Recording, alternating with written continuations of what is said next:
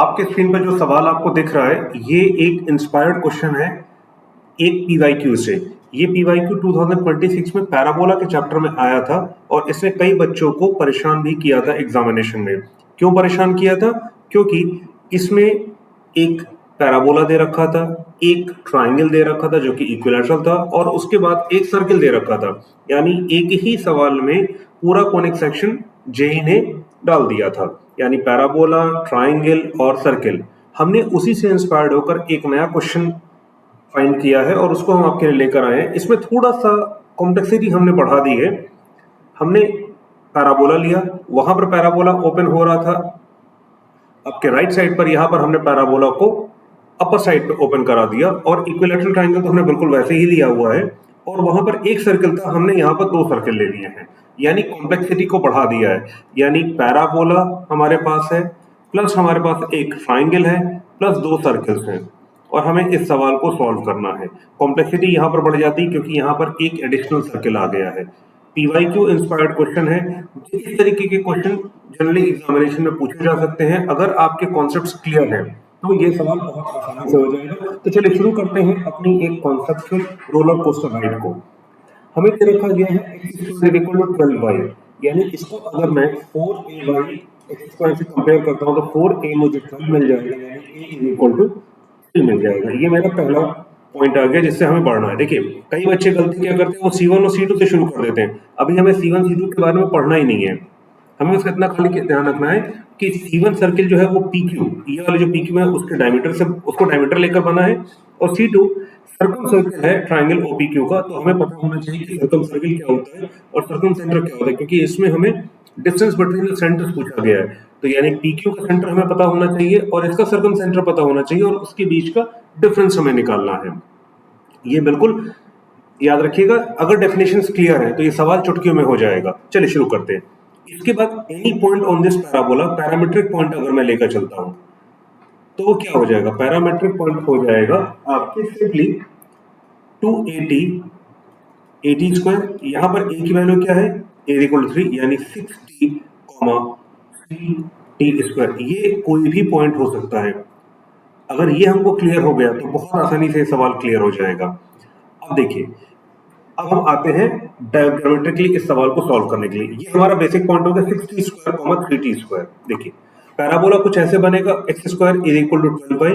ये ओपन होगा ऊपर की तरफ, यहाँ पे आपके हो गया इसका वर्टेक्स O 0,0 और यहाँ पे सिंस 0,a जो है हमारा फोकस हो जाएगा, तो a की वैल्यू है आपके 3, तो ये 0,3 हो जाएगी।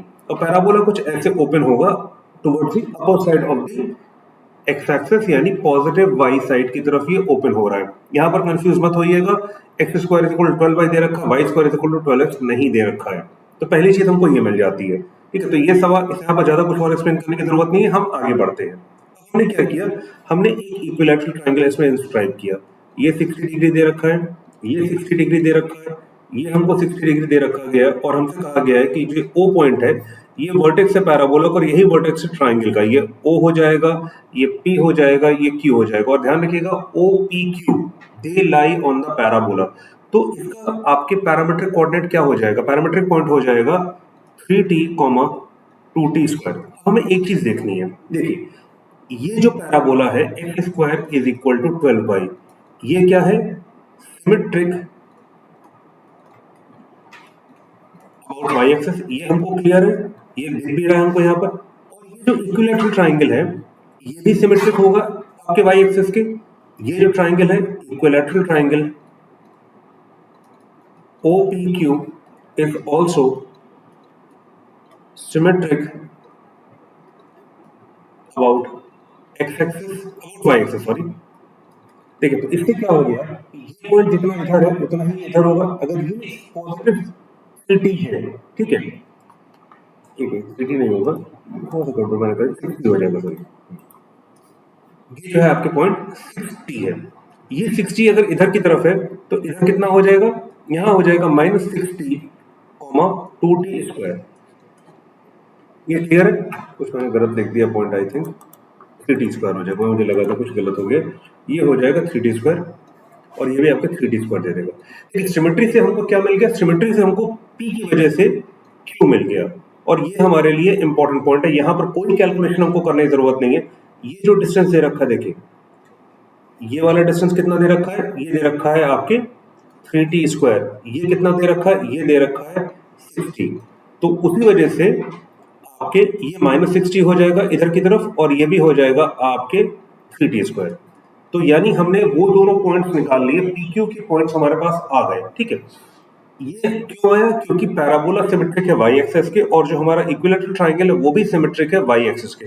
इससे हमको ये चीज मिल जाती है। Symmetric gives us that this particular line, अगर मैं इसको एक मिनट के लिए सी बोल देता हूं तो CQ is equal to CP, ये हमको मिल जाता है हमारे पैराबोला की सिमेट्री और इक्विलेटरल ट्रायंगल की सिमेट्री अबाउट वाई एक्सिस से। तो अब हम आगे बढ़ते हैं, ठीक है।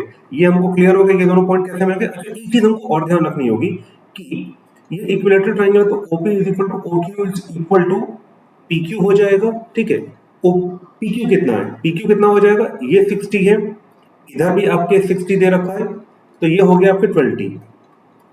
और OP कितना हो जाएगा, OP हो जाएगा, OP के स्क्वायर में ले लेता हूं ताकि कंफ्यूजन ना हो। ये हो जाएगा 6T माइनस 0 का स्क्वायर प्लस 3T² माइनस 0 का स्क्वायर, इसके give me 36T² plus 9 the power T4।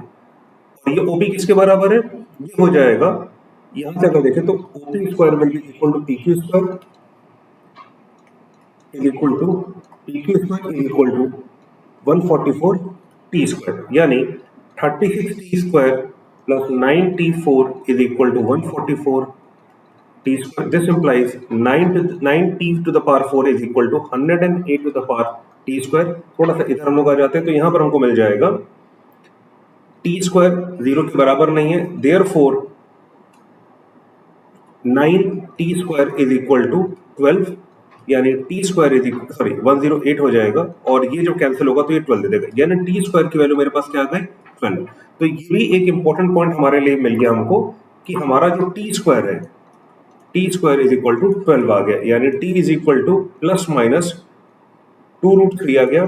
अब यहाँ पे हम प्लस लेंगे कि माइनस लेंगे, देखिए ये हमारा सारी चीजें positive side of x axis पे काम कर, positive side of y axis की तरफ काम कर रही हैं। तो इसका मतलब ये होगा कि जो T होगा वो हमारा पॉजिटिव होगा, देयरफॉर हमारा जो T आ गया वो आ जाएगा 2√3, क्योंकि हम positive side of y axis पे काम कर रहे हैं। तो हमारा ये वाला पॉइंट कितना आ गया, जो 60 था वो हो जाएगा 12√3, और 3T² का मतलब हो गया 3 इंटू T² यानी 12।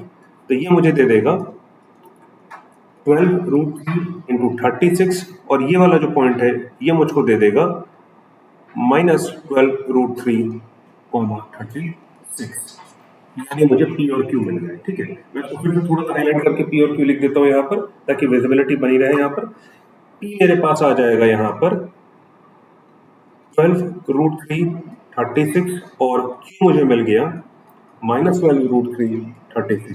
तो ये हमारे लिए एक बहुत बड़ी चीज है जो हमने बहुत जल्दी इसको समझ लिया, ठीक है। अब हम आगे देखते हैं। अब देखिए यहाँ पर क्या मुझको मिल गया, यहाँ पर मेरे पास जो P है 12√3,36, और यहाँ पर Q हो जाएगा मेरा -12√3,36। ये मेरा 0,0 है। मैंने यहाँ पर एक सर्किल, पहला सर्किल मुझसे कहा गया था circle with PQ as diameter.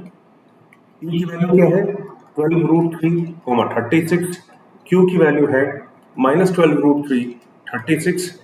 Mid point क्या हो जाएगा, क्योंकि ये देखिए हमसे कहा गया PQ एज डायमीटर है, तो इसका जो मिड पॉइंट होगा वो क्या होगा, वो सेंटर होगा। Mid point of PQ will be equal to the centre of circle C1। Circle C1 क्या है, 1 विद डायमीटर P1। ये मुझको दे देगा 12√3 -12√3 upon 2, 36 plus 36 upon 2, this will give me 0,36। तो 0,36 मेरा पॉइंट आ गया C1 का सेंटर, जो कि C1 है, और मुझे क्या डिस्टेंस फाइंड करना है, C1 इस सेंटर का जो कि 0,36 है, उसका उस सर्किल से जो कि सरकम सर्किल होगा ट्राइंगल OPQ का। चलिए अब हम देखते हैं सर्कम सर्किल क्या होता है। सर्कम सर्किल होता है आपके वो सर्किल जो वर्टिसेस से पास करता है। ये वर्टेक्स है, ये वर्टिसेस है, ये एक वर्टिसेस है, ठीक है। सर्कम सर्किल जो होता है हमारा, पहले हम सर्कम सेंटर समझते हैं, क्योंकि हमें सर्कम सेंटर ही निकालना है, ठीक है। सर्कम सेंटर होता है point of intersection of perpendicular bisectors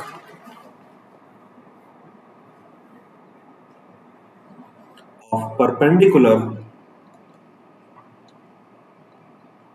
bisectors of sides of a triangle, ठीक है। यानी अगर मैं एक ट्राइंगल ऐसे बनाता हूं यहां पर, तो ये इसका बाइसेक्टर हो गया, परपेंडिकुलर बाइसेक्टर, ये इसका परपेंडिकुलर बाइसेक्टर हो गया, और जब इसका मैं बनाऊंगा तो ये परपेंडिकुलर बाइसेक्टर हो गया। तो ये जो पॉइंट है ये होता है हमारा सर्कम सेंटर।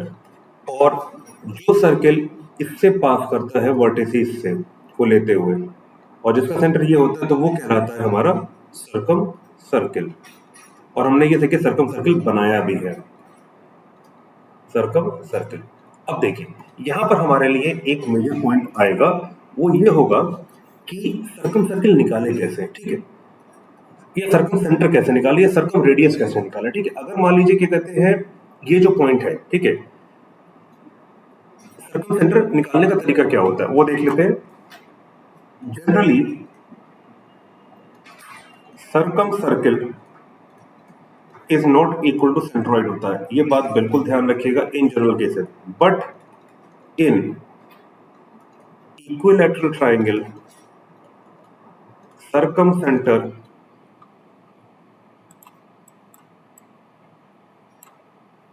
थोड़ा सा गलत मैंने लिख दिया था,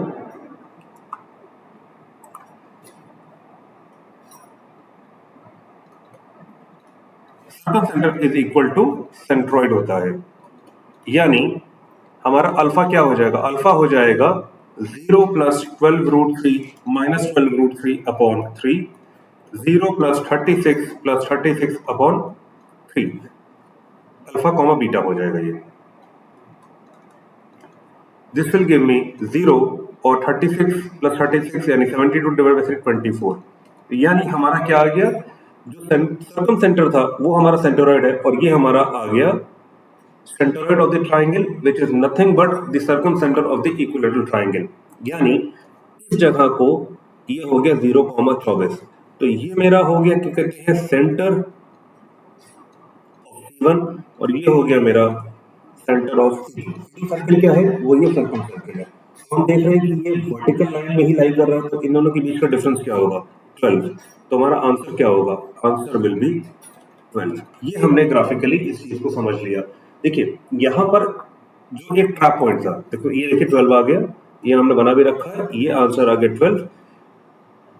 और ये कहते हैं वर्टिकल एक के ऊपर एक लाइन कर रहा था, जो स्टार्टिंग से ऊपर होगा 12 नीचे होगा, हमने सिंपली उसका डिफरेंस लिया और हमें ये मिल गया। तो अल्टीमेटली ये सवाल कुछ इस तरीके से दिखेगा। हमने पहले पैराबोला बनाया, x square is equal to 12y, फिर हमने उसके बाद ये इक्विलैटरल ट्राइंगल बनाया,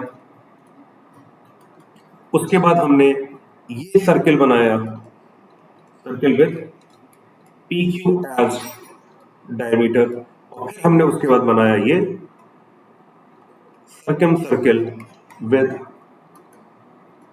सेंटर C2, और यहाँ पे हो जाएगा विद सेंटर C1। और हमसे क्या कहा गया था, C1 माइनस C2 ही निकालना है। तो हमको पता है ये 36 0,36 का माइनस और 0,24 था, तो ये मुझको दे देगा 12। तो दिस इज द आंसर। तो ये बच्चों डायग्रामेटिकली अगर हम देखें तो इस सवाल को हम ऐसे सॉल्व कर सकते हैं। सवाल कठिन नहीं था, बस हमने थोड़े से इसमें ट्विस्ट एंड टर्न्स ऐड कर दिए थे। और इसमें हमें ध्यान रखना है कि एक पैराबोला, एक ट्राइंगल, दो सर्किल देकर जो इंटिमिडेशन आईआईटी ने क्रिएट करने की कोशिश की थी, डराने की कोशिश की थी, उससे डरना नहीं है। एक बार हम डर गए तो सवाल हमारा वहीं खत्म हो जाएगा। तो बच्चों इस तरीके के सवालों में हमें जो बेसिक पॉइंट है उससे शुरू करना है। बेसिक पॉइंट तो हमारा पी और क्यू निकालना है, क्योंकि पी और क्यू अगर हमारा निकल गया तो हमारा पूरा सवाल आपने देखा कि कैसे वो आसानी से सॉल्व हो गया। यहाँ पर एक गलती ये हो सकती है कि आप इसको जल्दीबाजी में भाई बिल्कुल 12 पैराबोला को ओपन कर दो, तो वो हमको नहीं करना है। हमको ध्यान से सवाल को पढ़ना है। एक बार सवाल हमारे दिमाग में आ गया कि कैसे करना है, तो उसे सॉल्व करने में हमें कोई दिक्कत नहीं होगी। तो आई होप ये सवाल बच्चों आपको क्लियर होगा। इस तरीके के और सवालों के लिए हमारे चैनल को सब्सक्राइब कीजिए। इन वीडियोस को अपने दोस्तों के साथ जरूर शेयर कीजिए, क्योंकि ज्ञान बांटने से ही बढ़ता है। और हमारी कोशिश और हमारी मुहिम यही है कि मैथ्स के जो कठिन सवाल है उनको हम इजी टू अंडरस्टैंड लैंग्वेज में, इजी टू अंडरस्टैंड वे में आप तक लेकर आए। इसी उम्मीद के साथ कि आप अपने बचे हुए दिनों में आईआईटी की और अच्छे से तैयारी कर रहे होगे, प्रिपरेशन एकदम जोर शोर से कर रहे होगे, एफिशिएंटली कर रहे होगे और अपने टाइम को बहुत ही एफिशिएंटली यूज कर रहे होगे।